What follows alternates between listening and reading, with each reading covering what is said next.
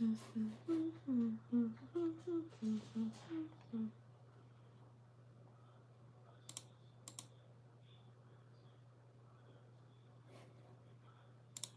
can leave that one be.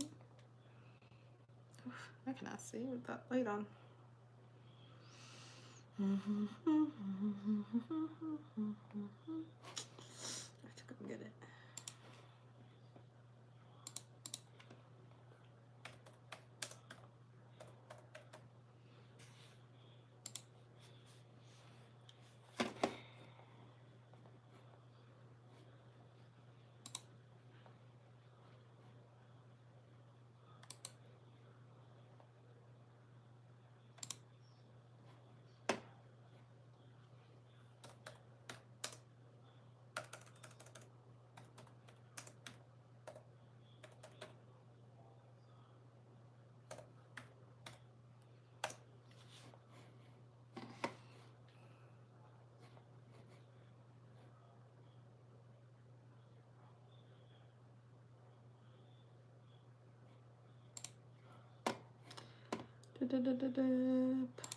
Manage, add sync file, downloads.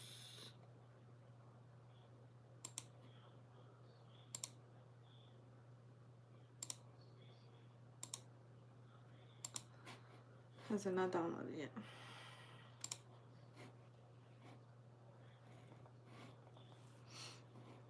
Should download.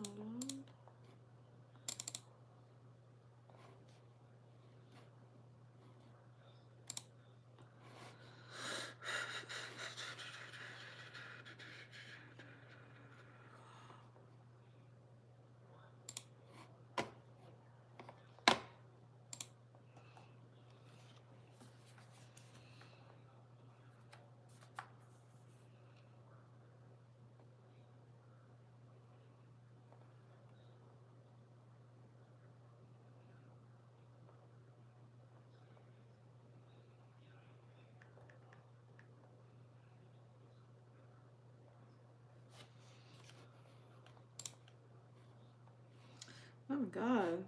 Please, somebody to pain in my ass.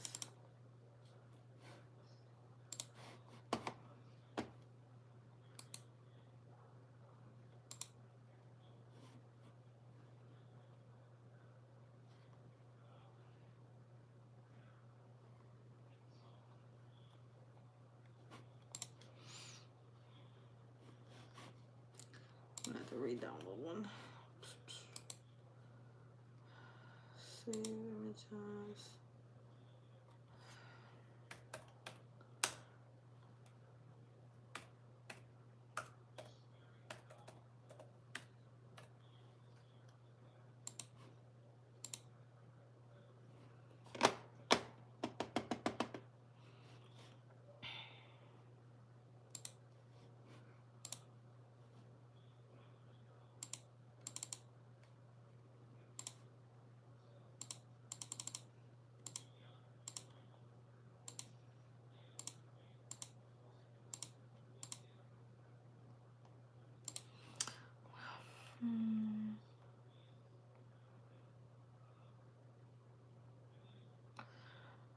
Hi, and they were a gift or be gifted. How are you? Morbusin, thank you.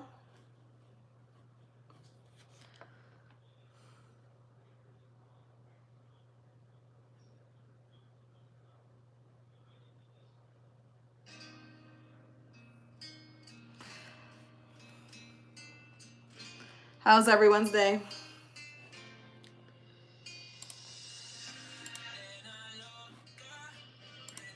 It just refuses to download.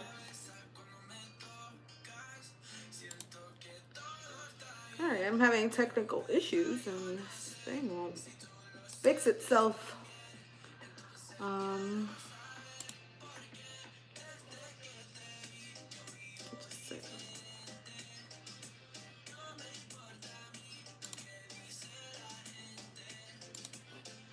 That's probably why. Oh, that came out weird. Alright. Guess I'll have to make do without a picture.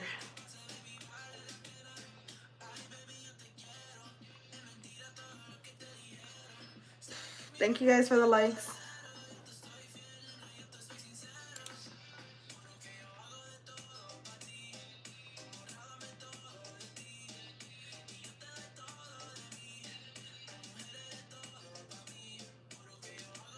All right, let's do this.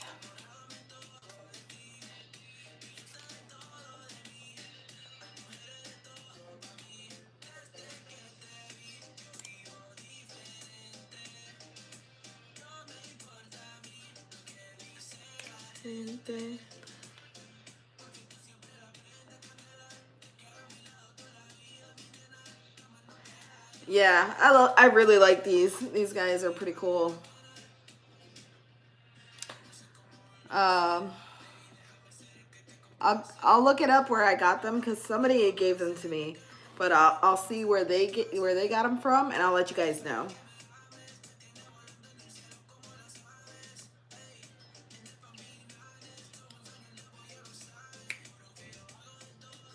Okay, let's see. Don't open on your window.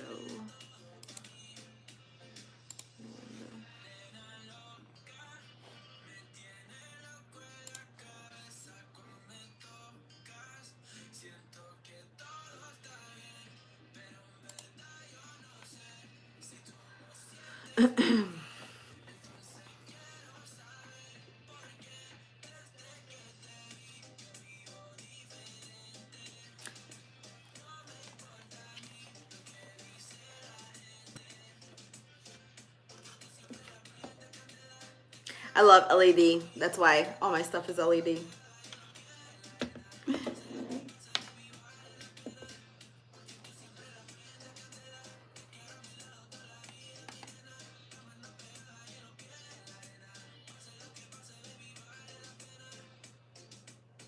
I'm like really trying to set this up and it's being a pain in my butt. Settings. Take me to settings. Nope.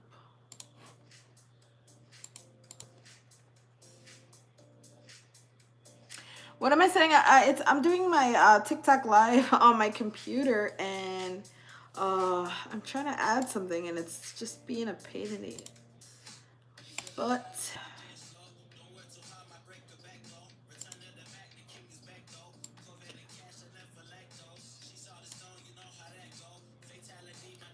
Okay, let me see. I think I got it.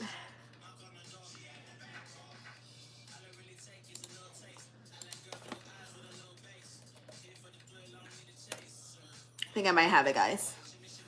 Joel, thank you.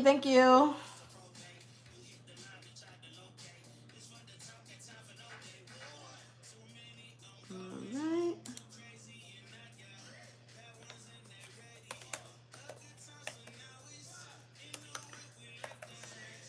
Have you guys ever spelled a word so many times that like you just forget? And now it just looks weird? Alright, let's see.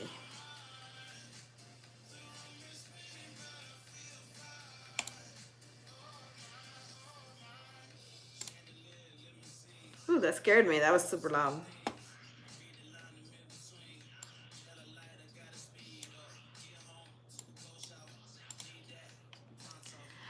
I can't really do it on YouTube, but I'm currently on TikTok, and you can see what I'm doing on my computer. I thought no, but if you ever need help out your Discord, I'll help you out. Okay, thank you. Thank you. Yeah, my Discord, that's a whole other chaotic problem. I appreciate it, Marbusin. Am I saying that right? You can correct me if I'm not.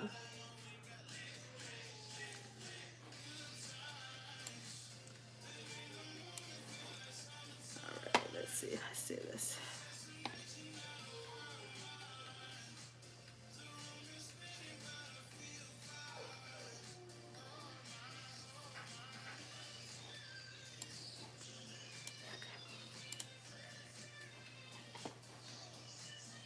So today I'm gonna be talking about more boost. Is it ooh or is it like a ooh or is it a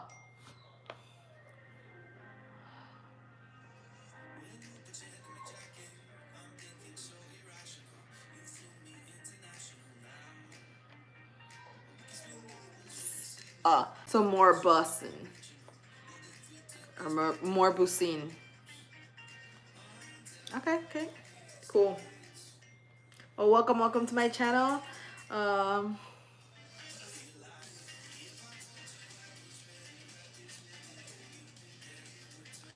uh, more bossing, more bossing.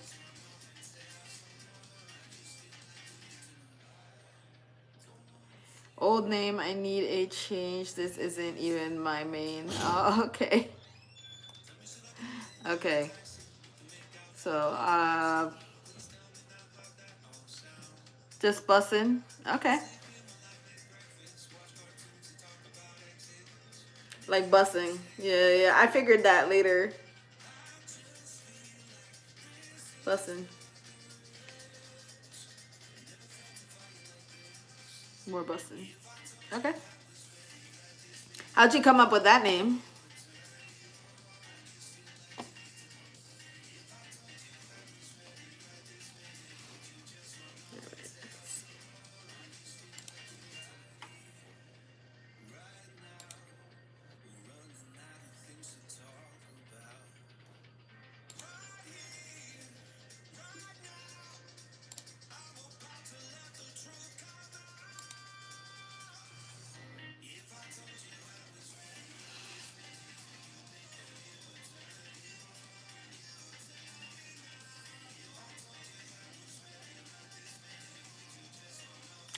No, I don't remember that, but that's cool. I'll have to look it up.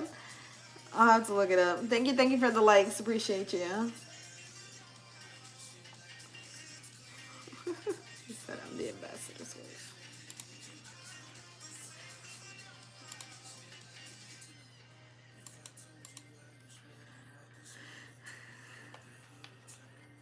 He used to do YouTube. Oh, okay. I don't know. You know, I don't know that many YouTubers. I just know a few. I write it down.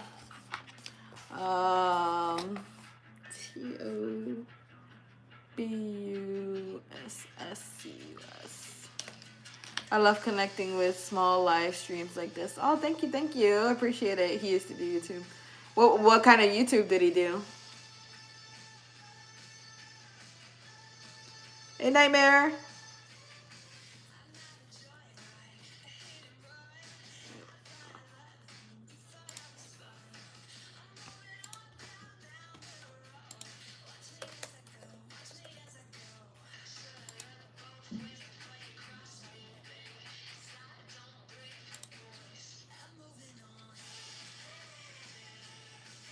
Happy Wheels, Fitz? I don't even know what that is. Happy Wheels. I'm gonna definitely have to look it up. What are Happy Wheels? Oh, so it's a game. Oh, okay, it's a game. I get it. The game, scrolling course game where players need to control their characters through dangerous obstacles to reach the finish line intact. Oh, okay. Now I see. Happy Wheels is a unique physics game and based racing game known for its graphic violence and user-created content. Okay. It's a game. Okay. I've done some gaming content. I like to play games. Alright.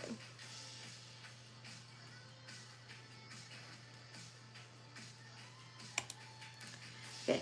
So today I'm gonna be talking about I don't know if you watch TV shows, but I've been watching. I watched the new season of The Diplomat that just came out, and I want to like recap on from the first season a little bit, and then go from there. Welcome, Benji Brock.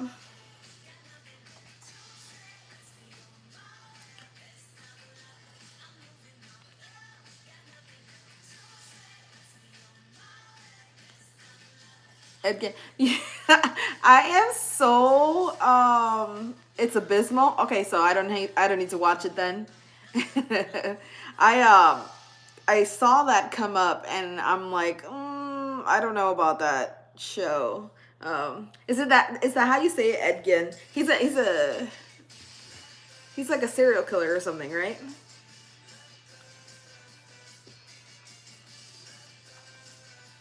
Yeah, I don't do serial killer shows mostly. I mean, it's good but nasty. Good acting. Yeah, it'll probably take me a minute to do watch something like that. Geen, Ed Gein. Ah, okay. Thanks, Nightmare, for the share. Maylee, welcome. Yeah, yeah. I seen it. I seen it come up on Netflix, and I saw that it was like on like the top 10 list for a little bit.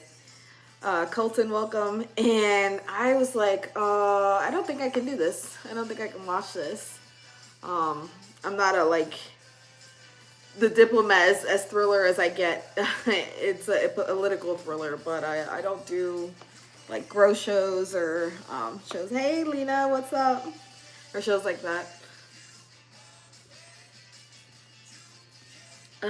Rom-coms and sci-fi fantasies are like my thing. I love sci-fi fantasies. I feel like it's been a minute since I've seen a really good one. So right now, I'm watching The Diplomat, which is like have become one of my favorites.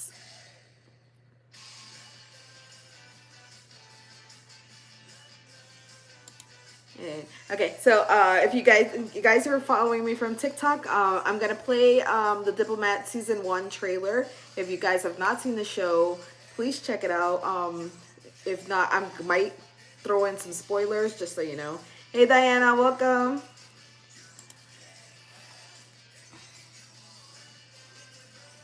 I'll let the trailer play before I say anything.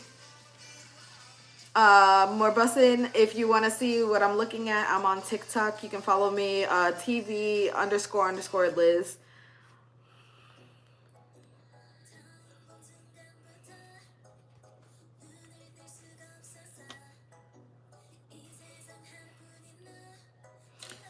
Uh, so I was gonna totally do Trivia Tuesday yesterday, but I kind of pushed it. I think I'm gonna push it till next week, so I can come up with a new set of a new set of questions.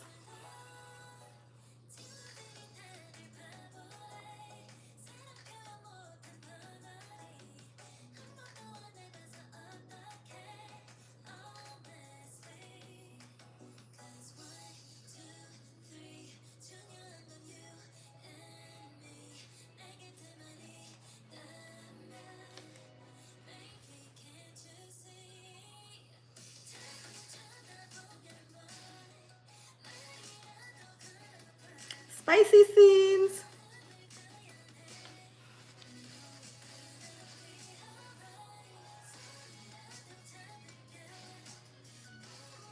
All right, welcome.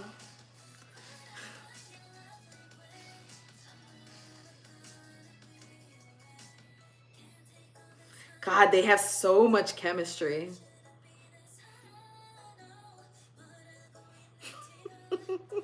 He does. He makes her. He looks calm and he makes her look crazy.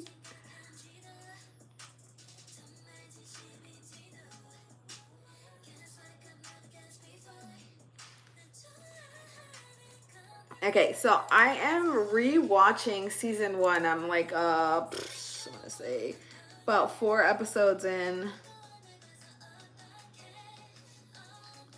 I think about 4 episodes in. Hold on.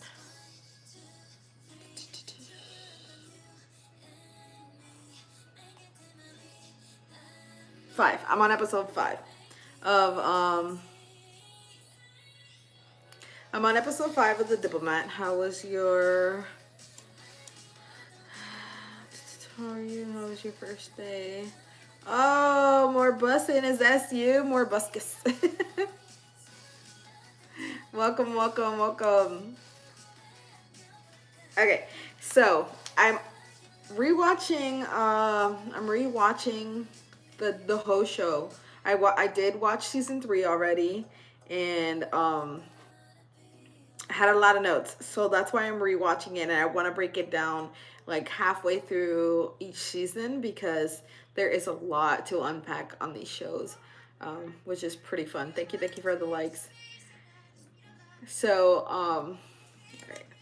I started this new thing where I'm following this trail, and we'll see where it leads us. So, The Diplomat, if you haven't seen it already, it's a political thriller, starring Carrie Russell. She's known for shows like Felicity very early on, and then most recently she's known for The Americans. If you guys haven't seen The Americans, I'll do another live to cover that. But The Americans is really intense. It's about this couple that lives in suburbia. They look totally normal, but turns out that they are Russian plants. They have been trained by the Russian government, and they were planted in this community as sleeper agents, and they have issues of their own already as a unit. They've been here. They have kids. So they've been here a long time. They have kids. The kids have no idea who they are. And all this while, they're sleeper agents and they get activated. So that's a little bit about her background. Let me take this one out. That's Carrie Russell. She's the lead here of The Diplomat. And then we have... So I don't know anything about the creator of the show, which I should have looked up earlier.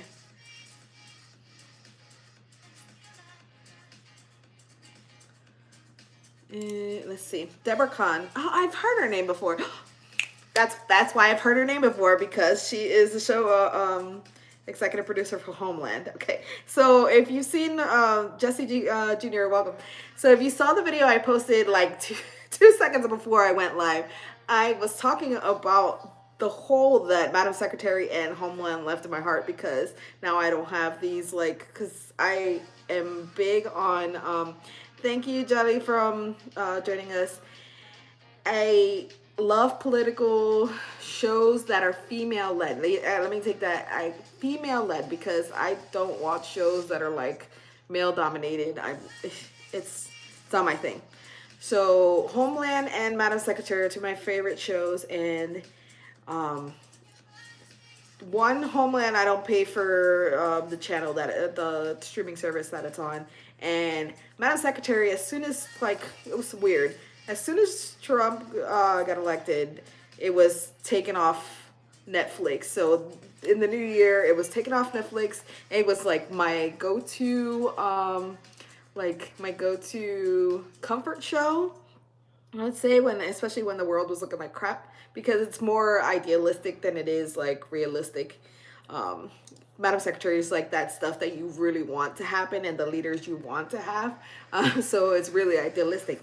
And Homeland is just this like chaotic mess. Homeland, I don't know if you guys have ever seen it. It's a show seen through the eyes of the main female lead, played by Claire Danes, and she's a field operative.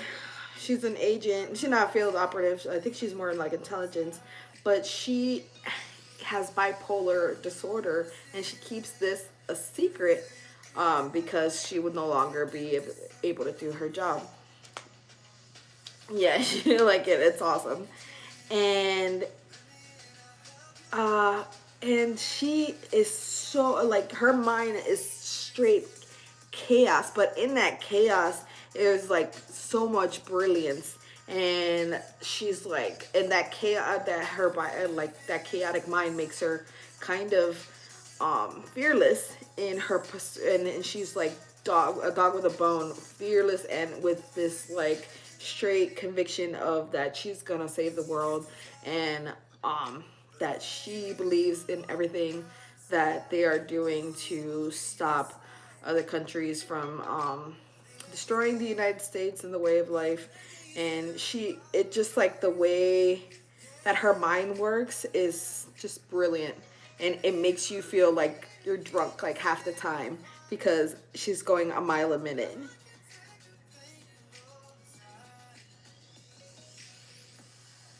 Yes, my bills are working. You're good luck. Oh, that's awesome to know. I'm actually gonna show you guys a little bit of the trailers that I'm talking about because I feel like that'll be better. Let's see. So we did the Diplomat season 1, which is like the main topic we're talking about because that just came out, and then I was talking about Madam Secretary. She's more idealistic and it's a lot more PG than Homeland and the Diplomat. The show came out a while ago, but I still love it.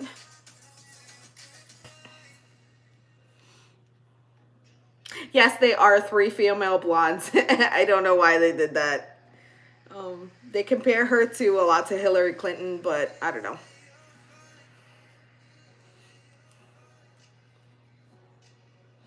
Who made this trailer?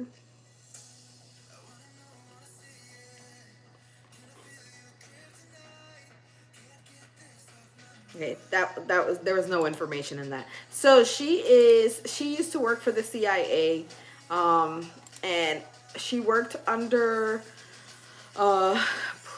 under Director Dalton at the time, that is now the acting president of the United States, and she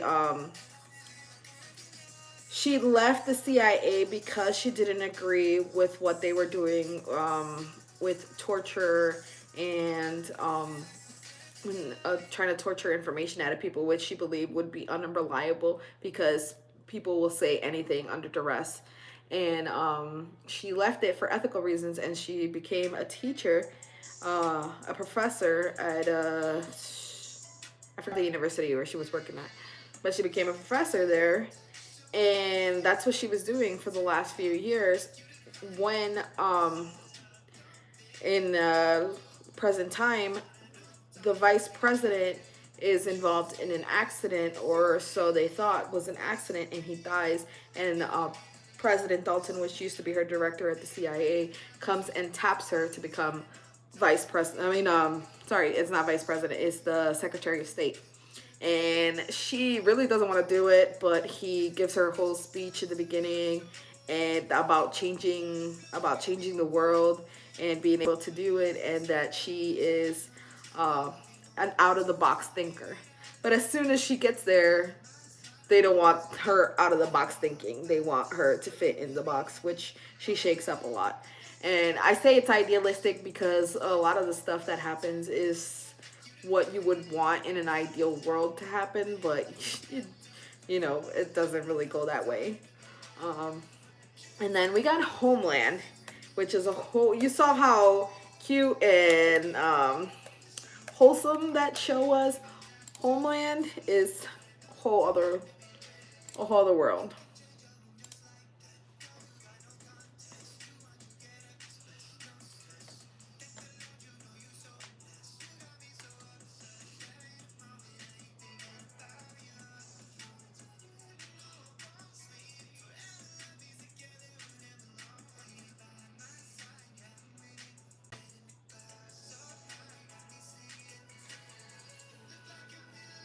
So yeah, the show starts with um the recovery of an American Marine that was lost, or a POV, a prisoner of war.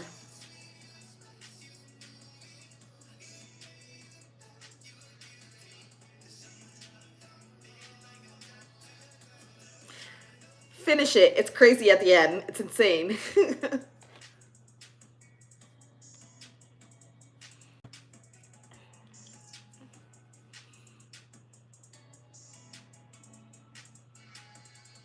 I love him. He's from Supergirl. He plays John Jones. Yeah, Diana, what Nightmare says is true. There's a plot twist at the end of Homeland.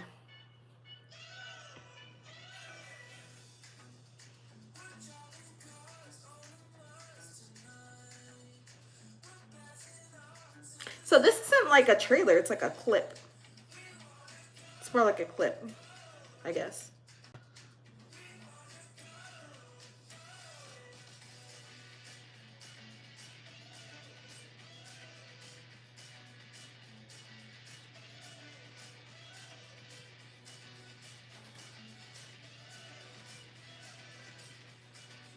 Okay, so at the very beginning of the show, she's seeing this. She goes to see this man at this jail, and the man tells her that an American prisoner of war or an American has been turned. So she's telling everyone that this information came to her, and so she is from the very beginning very suspicious of Major Brody, who's the one that Sergeant Brody. I can't remember his rank, but he's when he gets rescued, she is the only one that's like super suspicious of him.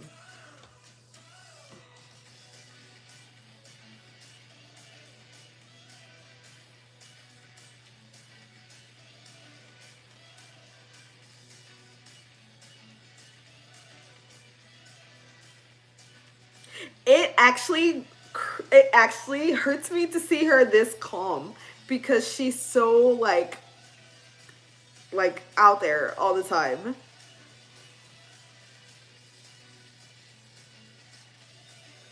I feel like her bipolar like escalated her hysteria escalated throughout the show.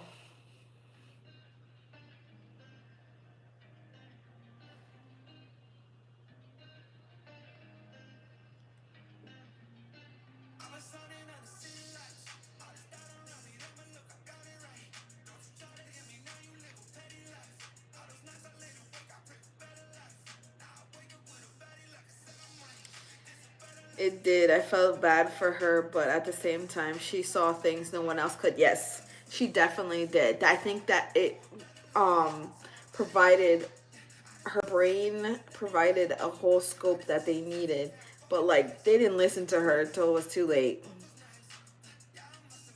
Okay. So those are like they're in kind of like the same scope kind of, but Homeland is an espionage thriller. Madam Secretary is it? I don't know if it's considered a thriller. I think it's probably more just like a drama. Um,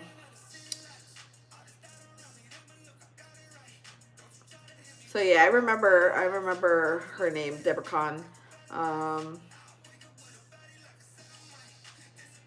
so I wonder if she.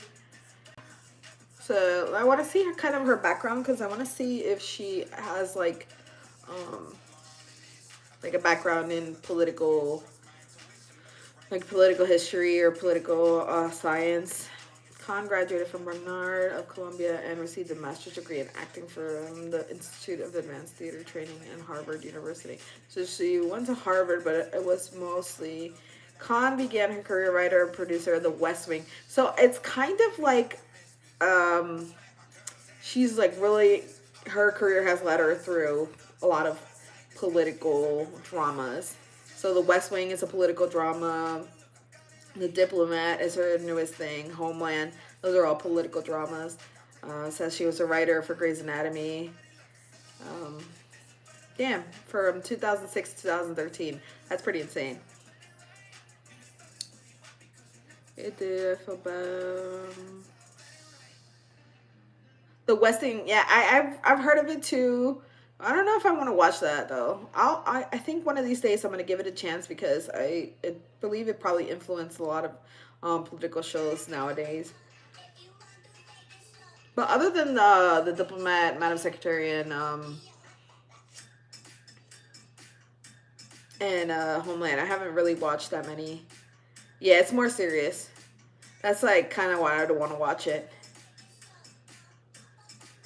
and why I fell in love with the Diplomat. It's so like you wouldn't think it's a funny show, but it really is. The main leads, Carrie Russell and Rufus Sewell, their chemistry together and their quick wittedness and back and forth is so. The newsroom was good too. Yes, the newsroom was really good. You showed me that one. Yeah, it was good. It was funny, and it was chaotic as well. All right. So about the Diplomat. Um, So it says it here, a veteran U.S. diplomat who is unexpectedly appointed as an ambassador to the United Kingdom amid an emerging international crisis. So the international crisis, the show opens up with one of their, I think it's a carrier. It's a British carrier, British ship, naval ship that gets hit, and about, I think, was it like 41 service members die, and the British are blaming the United States because they said that we poked the bear that is Iran, and that it was retaliation. Um, which, lo and behold, it's not true. There's a lot goes into unfolding this and revealing the truth that it wasn't Iran. It was actually a plot between a British woman who is known for controlling the narrative in England. She has a lot of power, a lot of connections. What's her name? I forgot her name right here. Margaret.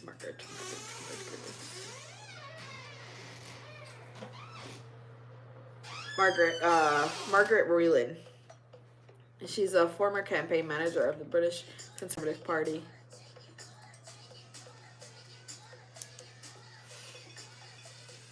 And so they call her the Tory, I think it is.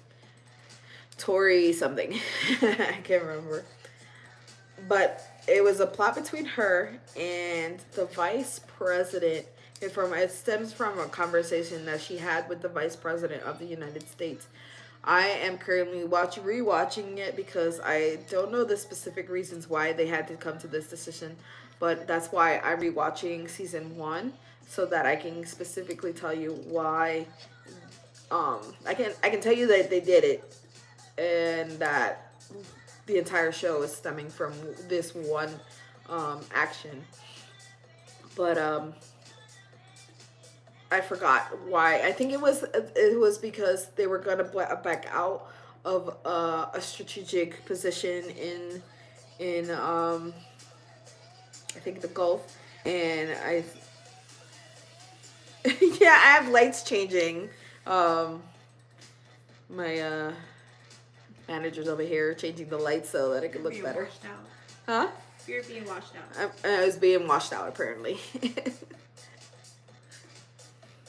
Don't mind it. I think we're in a club discussing political thrillers. Okay. So the main lead, she is a diplomat, but in the beginning she is under the assumption that she's going to a more consequential place like Kabul. Yeah. Well, somebody else didn't agree. Lena said I look nice.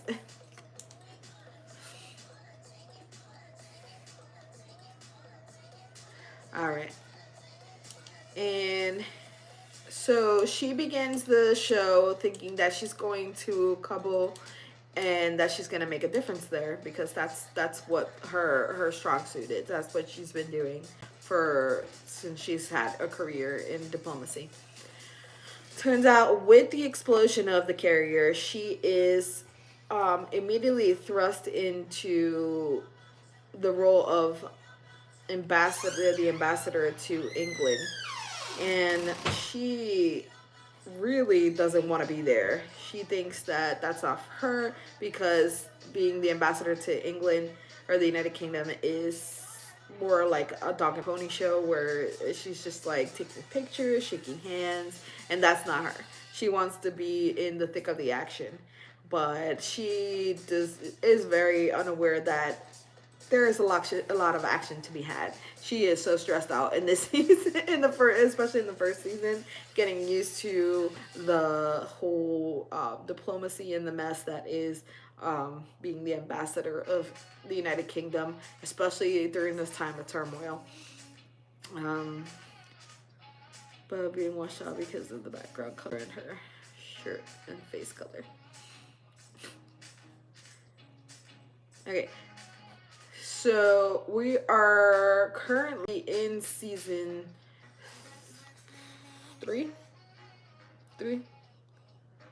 that just came out. Oh, I didn't know this. It got greenlit for another season 4.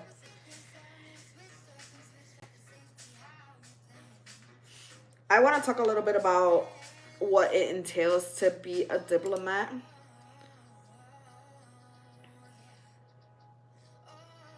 And do that with me too. Okay. Diplomacy is the communication by representative states and intergovernmental or non-governmental institutions intended to influence events in international systems.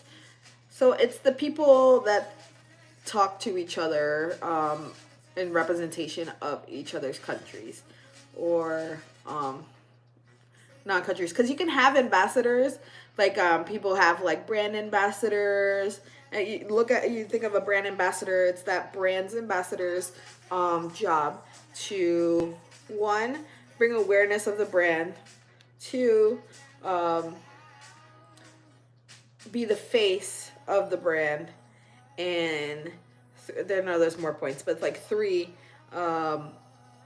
talk up the brand, say these are the good parts of our brand, this is what our brand can do for you.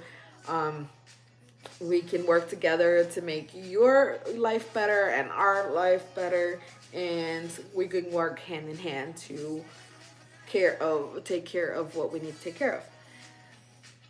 That is the same thing with diplomats of countries, and that's what she is. And she is versed very well in foreign policy. And foreign policy is also known external policy, is the set of strategies and actions a state employs in its interactions with other states, unions, and international entities. So it's how people function together, how different states. Now, I'm not talking about just like the United States, but all states. When I say states, I'm talking about different countries. It encompasses a wide range of objectives. So like things they want to accomplish, including defense and security, economic benefits, and humanitarian assistance. So how each country functions in tandem with the next on gaining benefit from each other's resources, and how you can set up your defenses and your security so that you can protect yourselves. Plus, they make alliances, so if your neighbor gets attacked, they're in here to step in for it, which is an actual organization that does that. The formulation of foreign policy is influenced by various factors such as the domestic considerations, the behavior of other states, and geopolitical strategies. So if let's say one country is acting crazy, you want all the countries around it to help control that country. And if they don't have the resources, they work with other countries to get the resources that they're missing to control that one for the stability of the region. And if this region is stable, then it helps the world be stable. Historically, the practice of foreign policy has evolved from managing short-term crises to addressing long-term international relations, with diplomatic corps playing a crucial role in its development. So these diplomats spend all their time making deals, assuring that they're friends. So it pretty much is like that one friend that has to like reassure everyone that the world is not going crazy and that we can work together to calm everything down, and pretty much promoting the benefits of staying in these partnerships.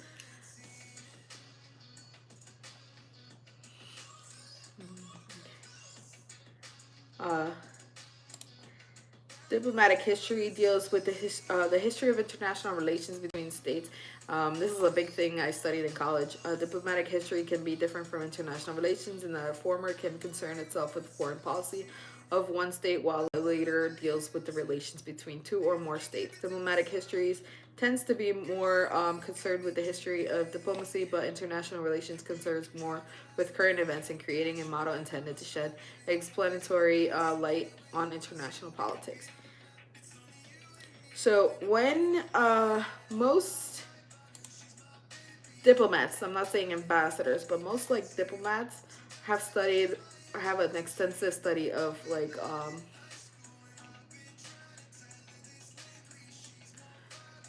I have an extensive knowledge of history and geopolitics and foreign policy. These are all like requirements to be able to do their job. Not all diplomats are ambassadors, but um, their ambassadors can come from anywhere with many different backgrounds.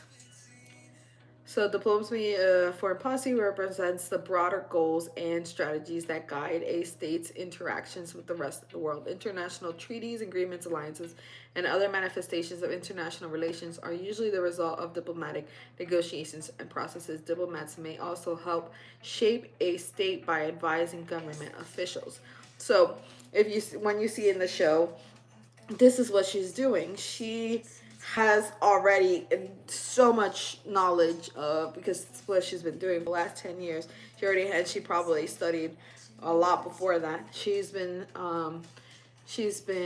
learning what each of these countries' histories are. For one, I think you can't function without knowing um, what the histories are, plus how the histories play into the relationships that each of these countries have built, and how one another can work together towards a common goal. And that's why they are the ones who give all the information to the leaders of each country on how to move forward. And they're the ones who sit there to be able to make these deals, and they influence on foreign policy because they're the ones with their ear to the ground and actually talking to the other countries.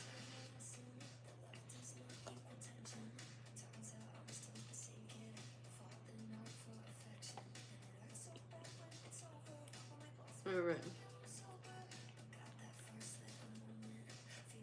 So intergovernmental and non-governmental, they can be. It's anything that you get it. Oh, you're talking a nightmare. Okay. So that's a little bit about what a diplomat does. So she becomes an ambassador. So an ambassador is a type of diplomat. So a little bit about the history of a U.S. ambassador to the United Kingdom, which I believe it's like its own different thing. This is the current guy in Warren Stevens is the U.S. Department of his or so he's the ambassador to England right now. All right.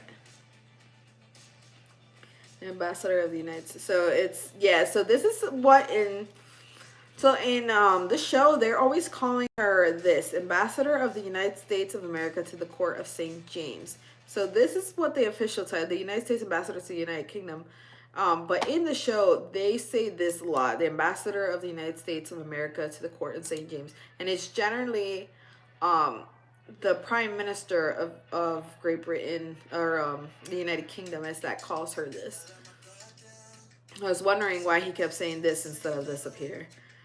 Is the official representative of the President of the United States. So yeah, so they are, so pretty much they're the representative. So while they're there, they are, when they generally speak, they're speaking for the President of the United States. Representative of the, so you have to have somebody that's trustworthy. And the American government to the monarch, Court of St. James, and government of the United Kingdom. The position is currently held by Warren Stevens, who represents in his credentials to King Charles III on May 21st, 2025. So he's been like ambassador for like 2 seconds. But I don't. I think they're. I think they're only like a year or so. Their tour is like about a year. I'm not 100% sure, but I think the ambassadorship is like a year. At that post. The position is regarded as one of the most prestigious posts in the United States Foreign Service due to the special relationship. So I think they have the biggest bond, I guess, of any country we have relations with. Between the United States and the United Kingdom, the ambassadorship has been held by various notable politicians, including 5 who would later become presidents. So John Adams, James Monroe, John Quincy Adams, Martin Van Buren, and James Buchanan. They're all presidents, were presidents of the United States, and they were all ambassadors to the United Kingdom. However, the modern tendency of American presidents of both parties is to appoint keen political fundraisers, which is this, I think, is so. I have issue with this because,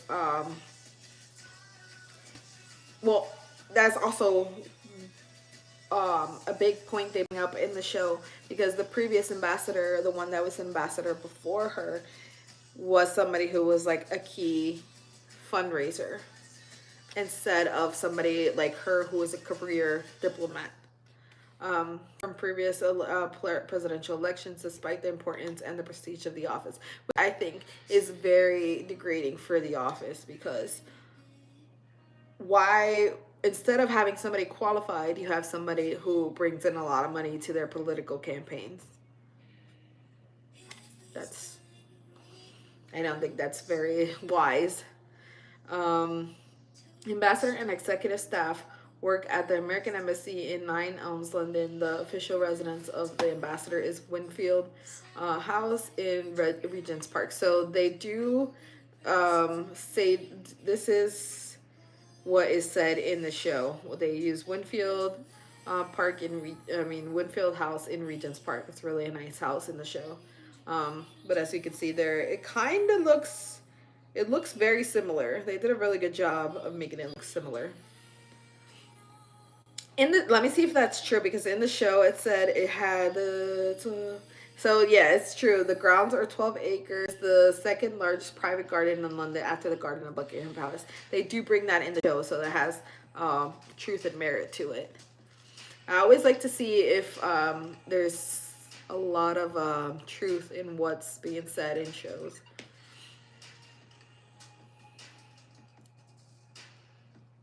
They have like a list of ambassadors and all this stuff.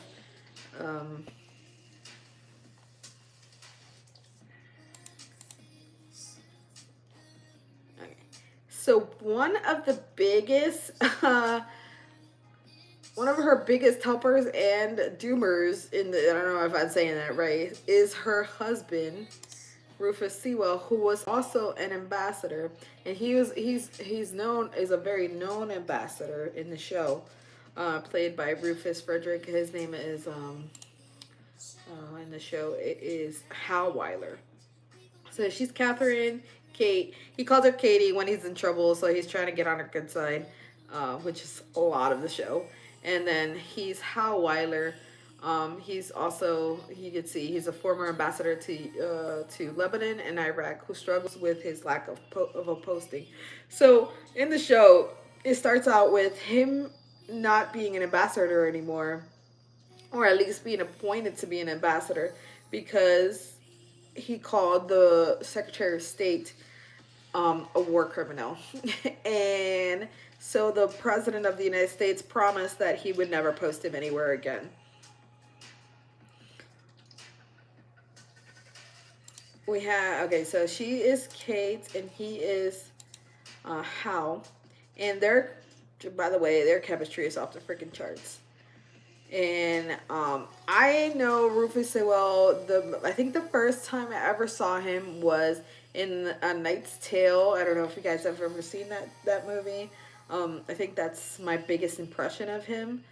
Before, so I saw him in A Knight's Tale, and then I watched him in the show Victoria, where he played. Is it right here? This is like what I know him from. He's the villain from A Knight's Tale. He was like the guy who thought he was the best, but needed to cheat to make sure that he was not the best. But he is so funny, and he's hilarious.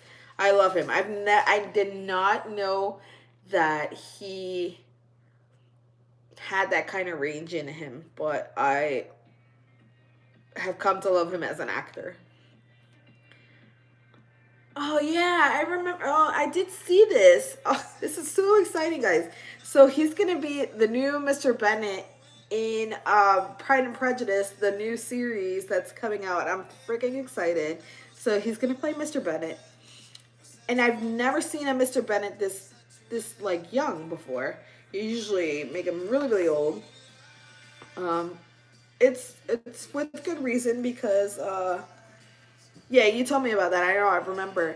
I forgot that he's gonna be the new Mr. Bennett in Pride and Prejudice. And I'm gonna have a lot to say about that because I love.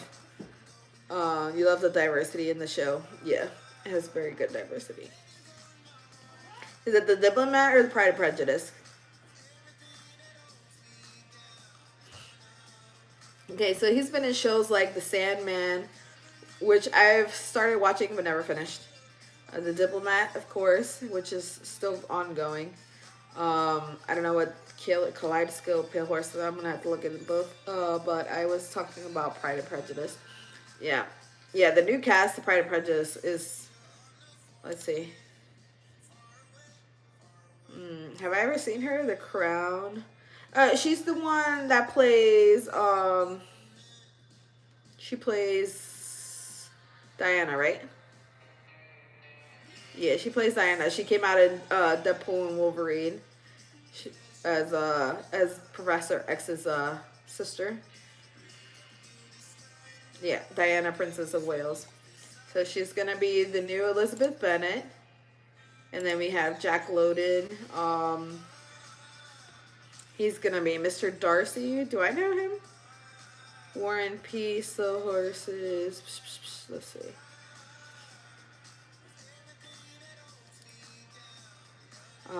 Good. Have I seen it? Mary Queen of Scots, though I haven't seen that. I'm like a little behind. Tornado, Trooper. No, I haven't seen any of these. War and Peace. I've seen like a section of that, like an episode. The Lord of Rings, The Rings of Power. So he's the one that plays Sauron in The Lord of the Rings, The Rings of Power. So I think I only know him from there. I think that's the only place I've ever seen him. But I have seen him. And these are relatively like new actors. Olivia Colman, also from The Crown, is gonna play she's gonna play Mrs. Bennet, right? Yeah. Olivia Colman, you know her from The Crown as playing Queen Elizabeth II. I've seen Mary Queen of Scots. Yeah, you told me about it. You told me you saw it. So yeah, she is a very, very good actress. And then so we have Mr. and Mrs. Bennet, Freya Mayer as Jane Bennet. I feel like these are like the children, to say, the main cast are gonna be relatively like new actors. That's what you generally want from not completely new, but like a relatively unknown actors. Let's see. She's from Sense of an Ending. I don't know. I've never seen any of this. Okay, so the White Queen. I have seen her in the White Queen. She played her sister, right? Princess Elizabeth of York. Or her daughter. I think it was her daughter. Don't quote me. Yeah, wait until... Who's Mr. Bingley? Let me see. Mary Bennett, Hope P. Parrish, but she doesn't have a link to click. So they're probably relatively new actresses. Lydia Bennett is played by Rhea Norwood. Why do I feel like I know her? Do I know her? Oh, from Heartstoppers, Imogene. Yeah, I seen her on Heartstoppers. She is... I think I remember her. I only seen season 1.5. Season 1 of Heartstoppers. Alright, here we go. So Dara McCormick is an Irish actor. This is Mr. Bingley. I love Mr. Bingley's role. He is the sweetest thing. Have I seen him? Twisters. I think that's her boyfriend in the beginning of the movie, the one that gets swept up by the tornado.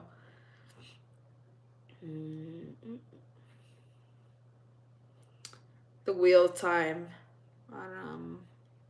Okay, so he comes on the Wheel of Time, but it's only 3 episodes, so I don't know if I'll remember him. Bad Sisters. That's the show, the new show. Looks like it already got canceled. Vikings. So he's come out in a few things I've seen. If you say I remember him, not really. Caroline Bingley. Here we go. Sienna Nicole Kelly. Hey, we're doing previous research for when it comes out. Black Mirror. I've only seen 1 episode of Black Mirror. Weirded me out, so I didn't see it again. Okay, so she's relatively new. This Changer and the Spanish Princess. Yeah, they did that a lot. They not everyone that came out in the Spanish Queen. I mean the White Queen, the White Princess, and the Spanish Queen were, even though they were playing the same characters, they weren't the same actors. Okay, we got Mr. Wickham here. You got Mr. Wickham face. All right.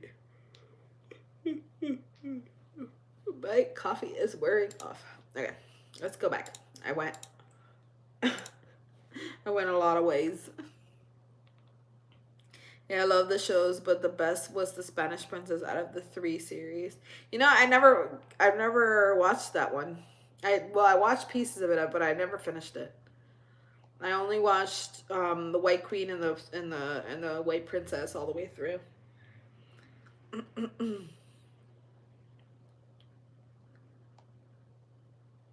All right, let's see.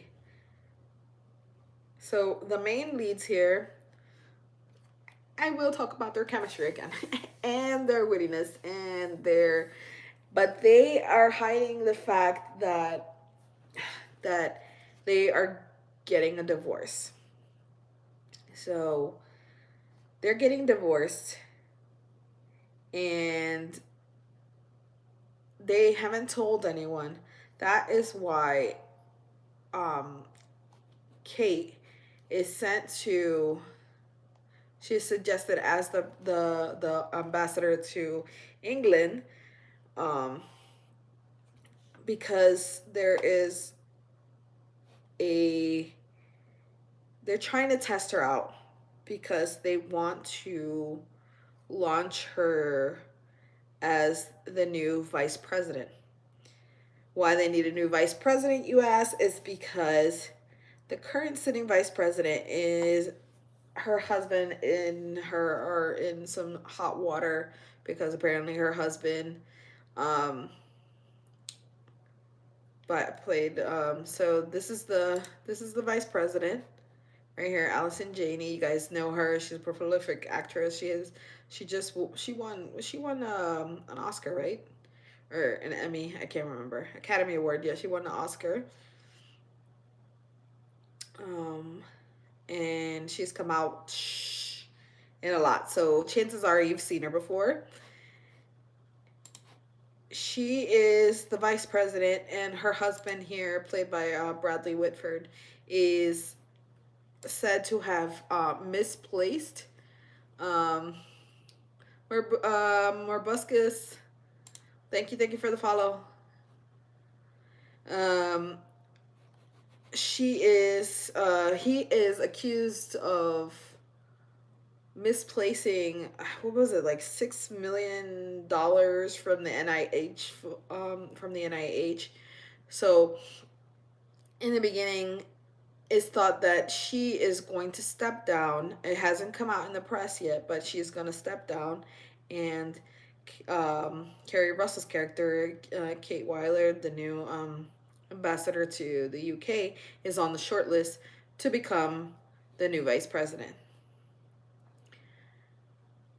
Grace Penn, who played by Allison Janney, she was groomed to become vice president because they wanted a younger female to take over as president when the president stepped down, because the president was an elderly white male, and they wanted someone young and vibrant to pass the torch to.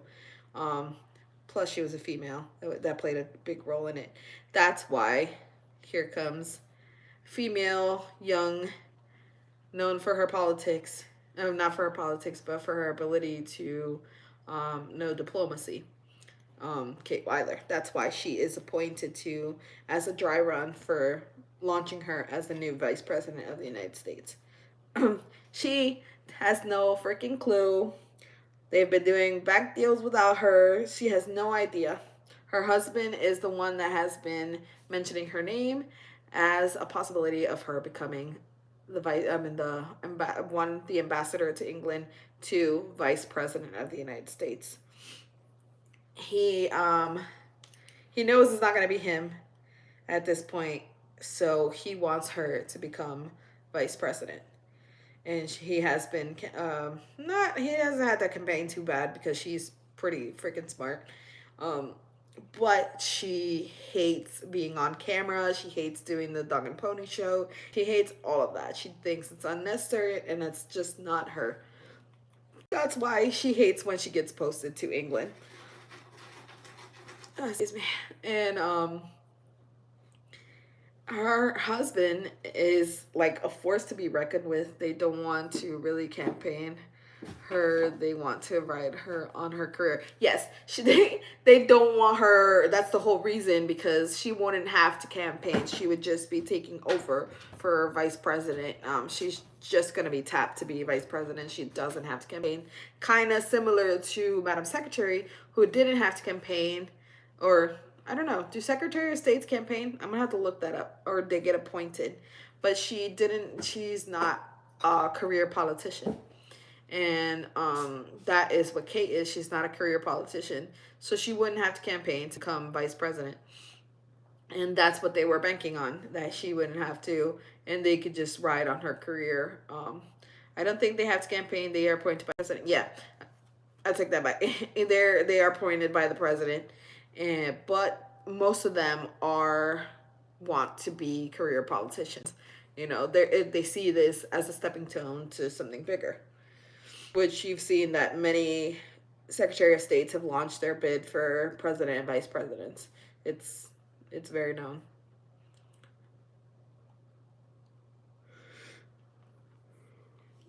Coffee definitely wearing off. All right. So they're in turmoil, and when she gets there, she meets the foreign secretary of the United Kingdom. Look at this. Oh, they don't have a picture. I'm about to look him up. Okay. David Gassi. Okay.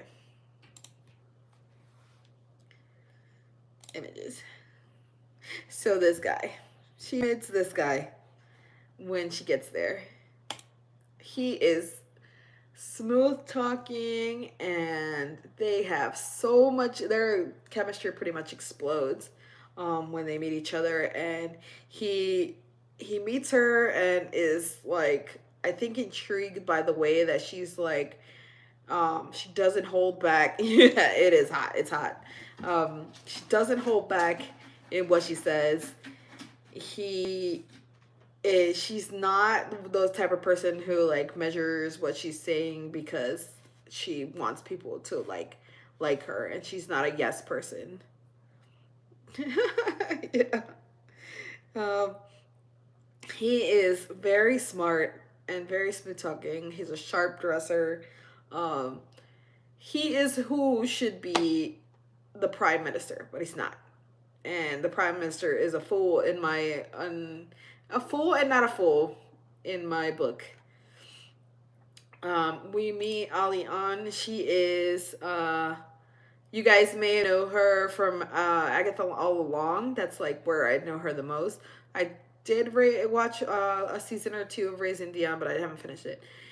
She's from Agatha All Along, and she is Idra Park, and she plays the CIA London station chief.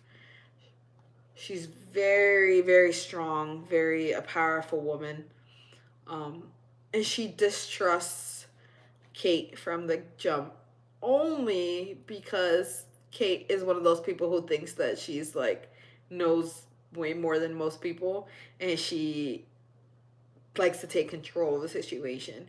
And Idra didn't believe that she knew what she was talking about at the beginning, but eventually, as described by one of her coworkers, as having a work crush on her.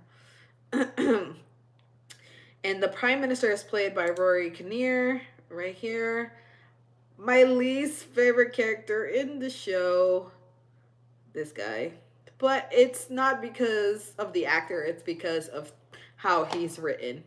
And he is, I want to go with, I feel like he's selfish, and he uh, likes to make explosive speeches just so that he can get the outcome that he wants without taking into account anybody else.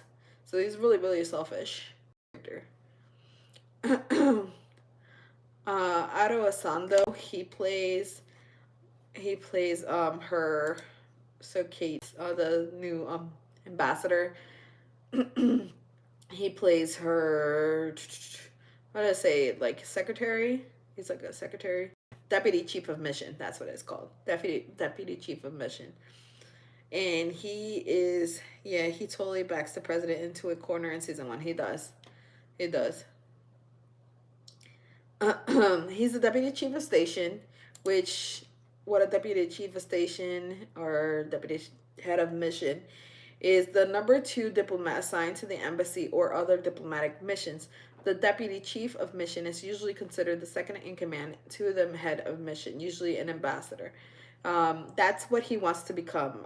In season 3, he's offered, and when the ambassador thinks that she's leaving England, and losing her position as ambassador to the United Kingdom, she offers to have him lead up his own and become his own ambassador, and that's what he's been working towards his entire career. DCMs serve as charge d'affaires. If you were in my live the other day when I talked about how French was the language of diplomacy, this is one of the prime examples where you see is charge d'affaires, that is the acting chief of mission. This is how the terms like liaison, things like that came to be there. That's why they're so widely used, because French was the language of diplomacy. And so a lot of the titles are still in French when the titular head of mission is outside the host country or when the post is vacant. And you'll see that I wish they would show that a little more, considering that he heads the entire staff and all like that. But I feel like it looks more like less VP, more chief of staff. I want to say.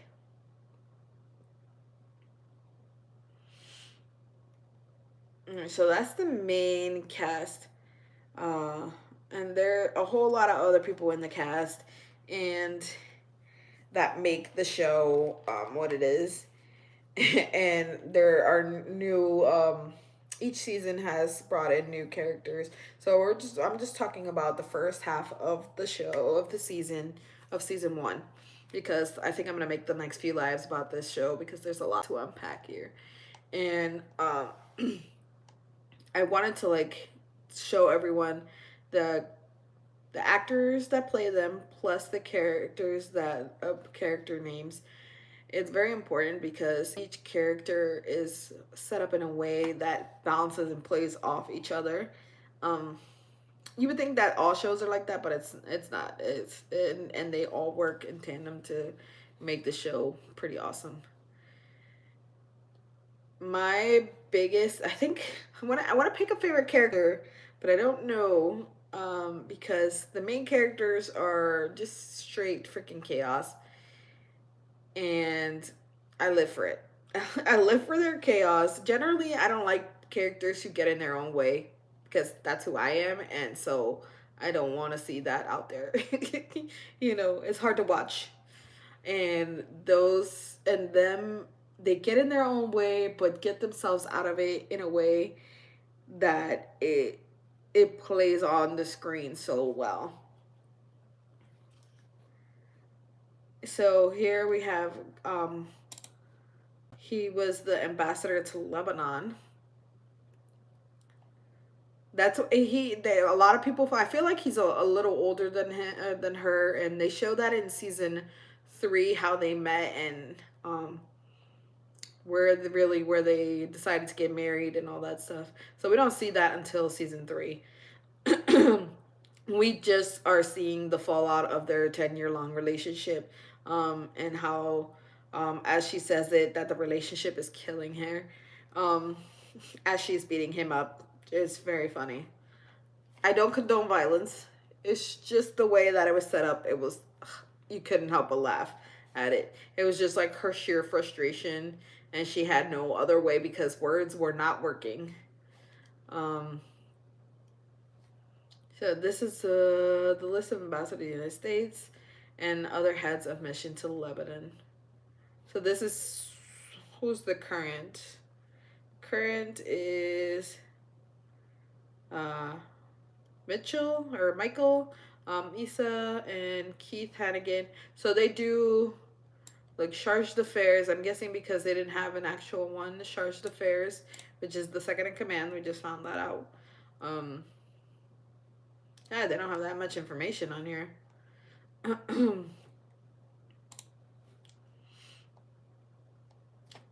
In Iraq. So they came, most of their experiences in the Middle East. Uh the Middle East, Russia. They know about the global climate, but I think their biggest focus was the Middle East, especially her.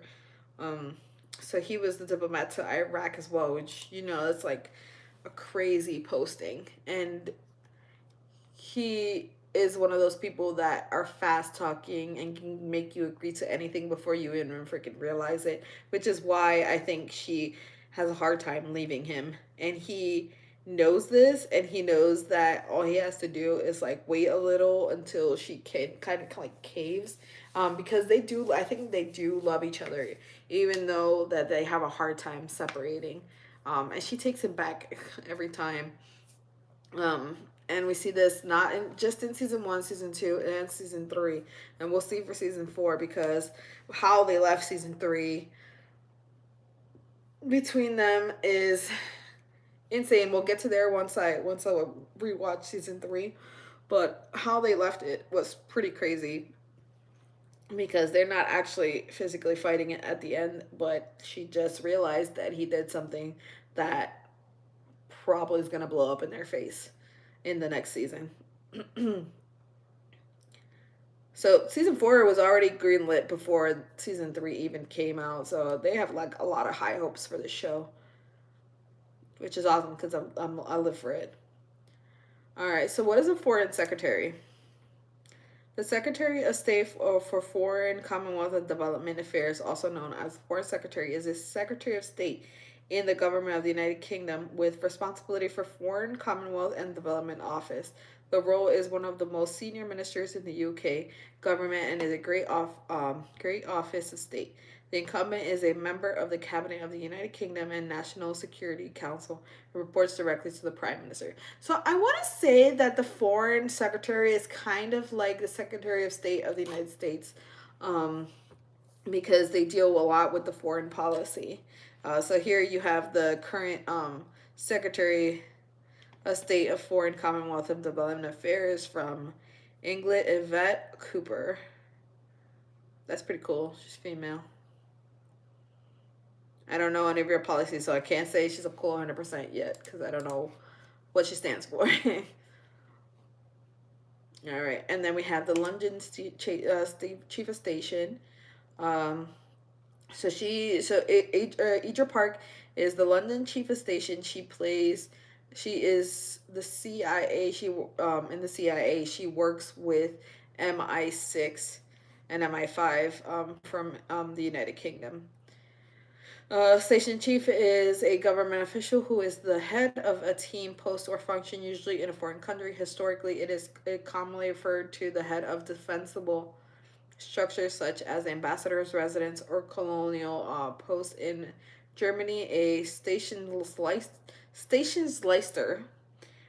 leader was the government's chief representative in a colonial possession with like South Sea Islands. It may also be used to refer to the manager of remote scientific stations such as the Antarctic and Jarvis Island and uninhabited minor U.S. Pacific. Yeah, I didn't know any of that. I thought they were just like did the CIA functions in foreign countries, but I guess they have these positions too. However, in modern times, this designation is usually used for a senior official of a certain country's intelligence agency stationed in a foreign country who manages all espionage operations in that country. So yeah, that's what I know a station chief to be. Um, and she works for the CIA, of course. The station chief, also called chief of station in the top U.S. Central Intelligence Agency. So if you don't know what CIA stands for, it's Central Intelligence Agency. Official station in a foreign country who manages all CIA operations in that country, equivalent to a KGB resident. So KGB is Russia's. I forgot what the acronym means. Well, KGB is from Russia. The station chief is often a senior U.S. intelligence officer who represents the Office of Director of National Intelligence. Oh, guys, I just remembered I was talking about like female-led, like political thrillers and stuff like that. I left out Alias. I was a big Alias fan. Alias, she's actually an active operative who has been lied to. Sorry, I had to say it then or I'd forget. She's like she started out her career. She was recruited out of college, and she was like best of the best, and she's like an awesome agent. And then turns out that she's been working for the bad guys all along. So she's been lied to, and she thought she was working for the actual CIA, and it turns out she was working for a branch of the of like the villains, the bad guys. She was working for the eye patch people, and she finds this out when she tells her fiance about who she is, that she works for the CIA. They are listening in, and they kill her fiance. She comes home to find him murdered, and at this point, she figures out that she was lied to, that she doesn't work for the actual CIA. So she goes into the CIA office and tells them, "I'll help you take them down, and once I help you take them down, I am out." And if you've ever seen Alias, this takes like what, 6 seasons. She takes them down, but there's like always like like evil organizations. You cut one, like Hydra, you cut one head, another one resurfaces. Sorry, I had to share that one because that's one of my favorite shows, especially growing up. This that show really influenced like me wanting to like. I thought I wanted to work for the CIA and be a secret agent and all that stuff. And then I grew up, uh, joined the army, and it was nothing like that. The station chief is often a senior U.S. Did I read all this? Oh yeah, ODNI. We hear this title a lot in Madam Secretary. The station chief is often a senior U.S. intelligence officer who represents the office of the Director of National Intelligence in his or her respective foreign government, whose name may uh, declare its status or may not be official revealed to the host nation and other intelligences. Oh, so there aren't always like the face of the agency in those countries. Former officers are not usually allowed to include their position as station chiefs in their resumes, even after their covers haven't been lifted. Other CIA offices. So here you are applying for a job, and they're like, "What were you doing?" I'm like, "Oh, I worked for the CIA." Hopefully you can say that. If not, they have a cover story for you. And they're like, "What'd you do in the CIA?" Be like, "I can't tell you." So pretty much it'd be like, don't ask. Don't you should just write in your resume. I'm just gonna start writing that. I worked for the CIA, but you can't ask me what I did. Other CIA offices in foreign countries, usually performing logistics and other support functions and subordinate to the station, are known as bases and are headed by chiefs of bases of base.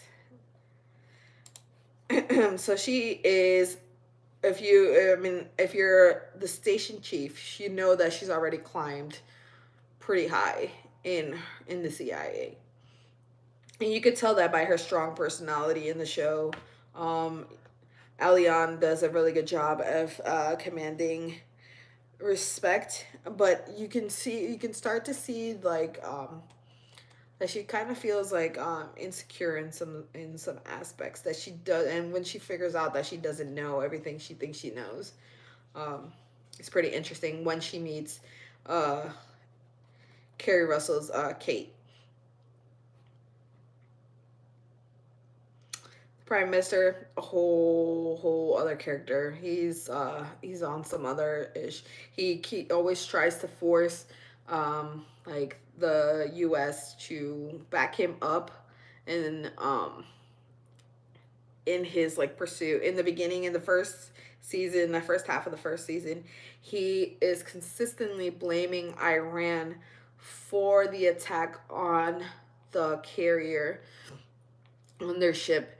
And even after he's presented with all these this proof that they didn't have anything to do with it, he still insists that, you know, um that Iran is the one that did it, and he will not listen to reason. He's just he is just hard-headed and trying to use it for his own gain. And he tries to back the U.S. into a corner, into showing a strength of a show of force with them, so that they know that if they attack them, they're gonna have the U.S. to answer to. It, it causes a lot of problems, especially in the beginning. Um, so you see Stewart here.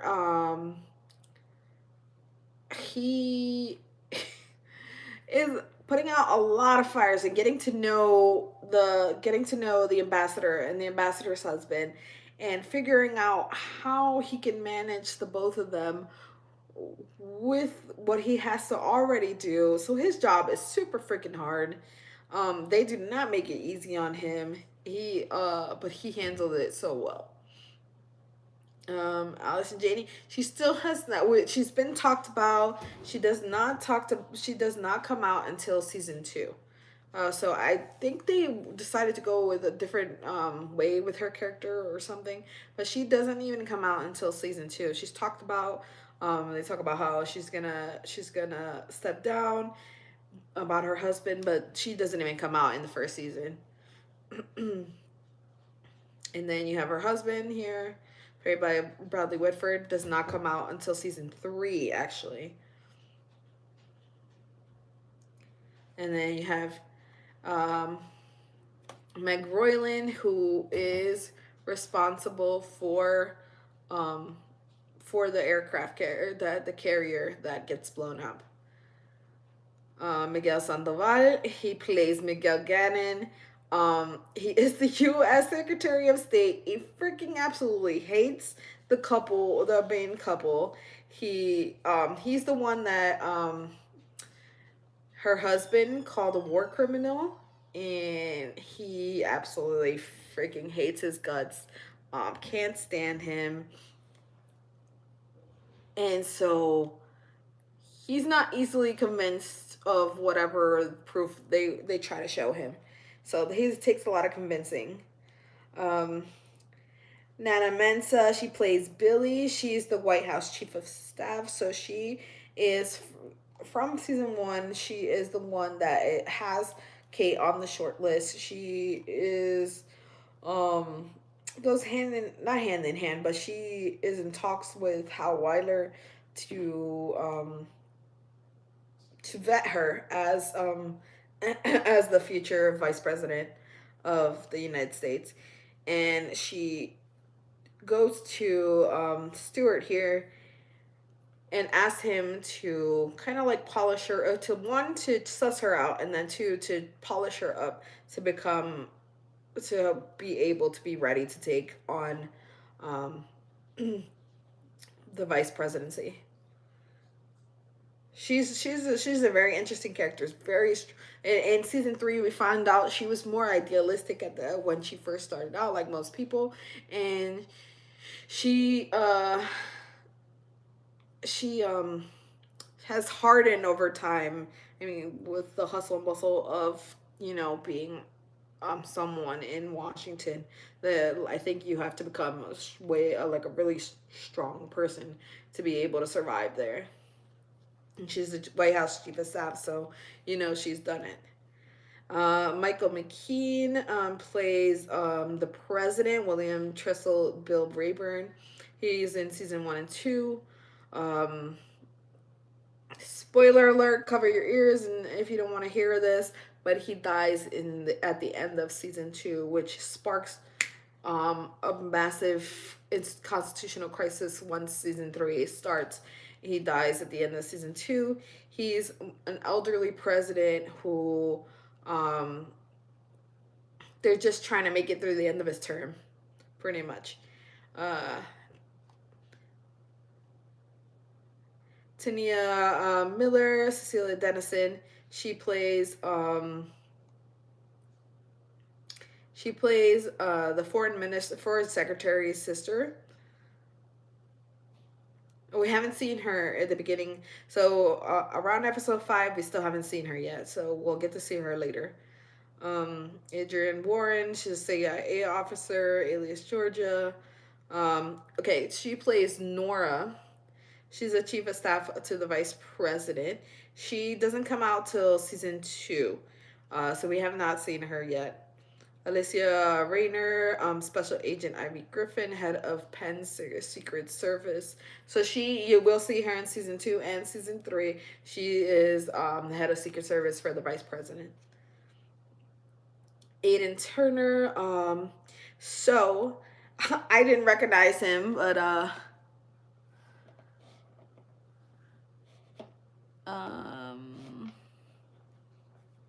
sorry, I was looking at my other chat.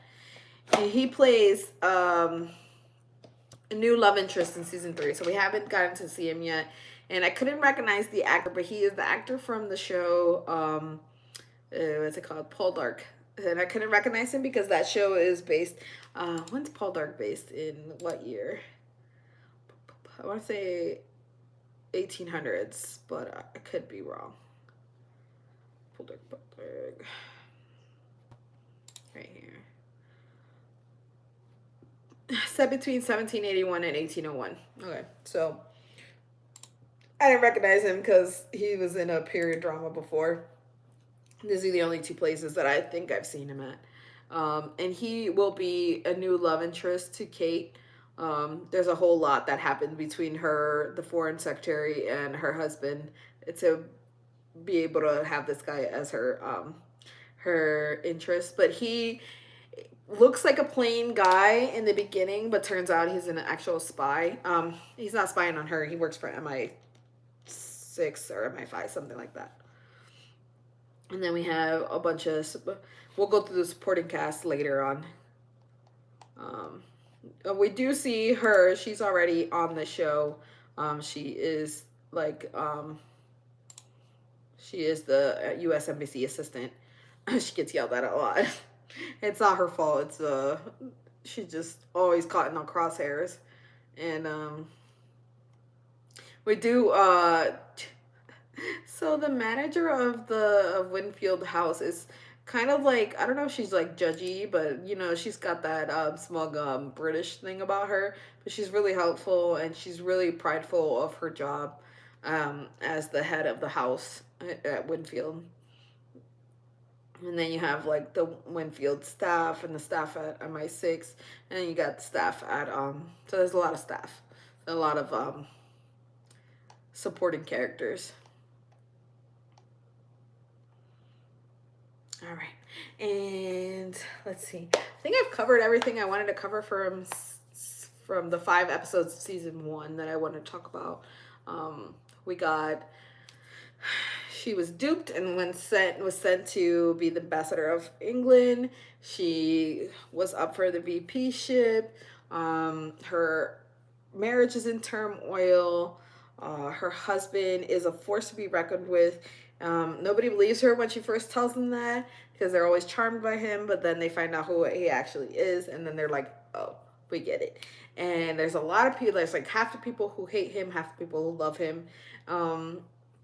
He's reckless sometimes, doesn't think everything out. He's so smart that he just does. You know what I mean? But I think she's the smarter of the two between them. And then you have her chemistry with her husband, her chemistry with the foreign secretary, and her animosity that she shares, kind of frenemies thing that she shares with the United Kingdom's what do you call it, Prime Minister. And then you have her with Billy, who Billy gets really frustrated with Kate because Kate's really hard-headed and she doesn't want to play along because she really doesn't like that politics game. And then you have Idra with Stuart. They are in a relationship. So the chief of station and the deputy chief of mission are in a relationship when the show starts. So you get to see their chemistry and the so Idra, the head of station, she is, I think, on her way to a post in Cairo, and she has asked Stuart to come with her, and we're at the point where he had said no, or he'd said he didn't want to go, but so she's like mad at him, so he's asking her to stay in England and not go to Cairo. And that's where they are right around episode 5 of season 1. And let's see what else. Yeah, they're dealing with the crisis. So not a lot of time has passed between her being appointed and episode 5. They're still dealing with the crisis from the carrier. Oh, and they had the ambassador of Iran. Oh, so like her husband through a third party contacted I think the foreign secretary of Iran, and he sent his people to come like liaise with her husband, but the people took it as they took security measures that were way too far, and they like got him in a car, they drugged him, and they got it. It's kind of, it looked like a kidnapping, but because he is smart and so is she, and they know that if they call it a kidnapping, they would spark an international crisis. They call it a pull aside so that they could talk, so he could talk to the Iran's foreign secretary, and this is in order for them to tell them that they did not blow up the ship. And in a show of good faith, they tell them that they had a plot to assassinate a U.S. general, and that they're no longer going to do that because they cannot with the current climate against Iran. And they're not trying to start a war just yet because Iran is like pretty much bankrupt at this point, because of all the sanctions that have been put in place over time.